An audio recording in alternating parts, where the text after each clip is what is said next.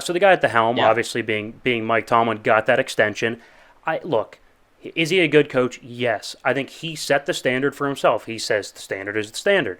And it's like, okay, well, is the standard barely getting to the playoffs and then getting eviscerated by a real contender? Because if that's the standard, then that's fine, re-sign him. But it's like, you say the standard's the standard, and we have these high hopes because it's Pittsburgh, Super Bowls and stuff, and Exactly. it just feels like he's not living up to it. Did you like the extension, or did you not?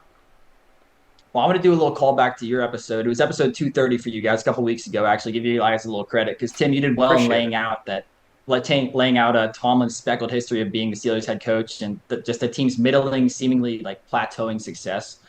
So yeah, go back and give that a listen if you guys haven't yet. But so on our podcast, we've talked about Mike Tomlin many times because we got three big Steelers fans on our panel because we're close to Pittsburgh, just like you guys. But Tomlin, in my eyes, is a stingy, no-nonsense defensive coach whose discipline and fight carry over into creating a culture that's just like him.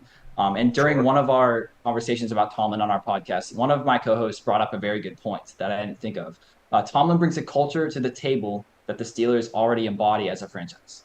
Therefore, what Tomlin is bringing, the Steelers already have just by simply being the Steelers. The history of great defenses, hard-nosed, smash-mouth football, discipline, effort, and doing the dirty work. The Steelers have been this way since the 70s, at least the 70s, whenever Chuck Noll took over. Yeah. So we see what's been taking the league by storm in today's NFL. It's those Shanahan-style offenses. I'll say it again. The latest example, just like you said, is the Texans last season. They brought in 49ers defensive coordinator D'Amico Ryans as their head coach and 49ers pass game coordinator Bobby Slowick as their offensive coordinator. This Texans team looked like they were multiple years away from competing with minimal proven player talent. These coaches came in, immediately set the culture, and implemented effective schemes and took the league by storm in year one. This was year one that they were there.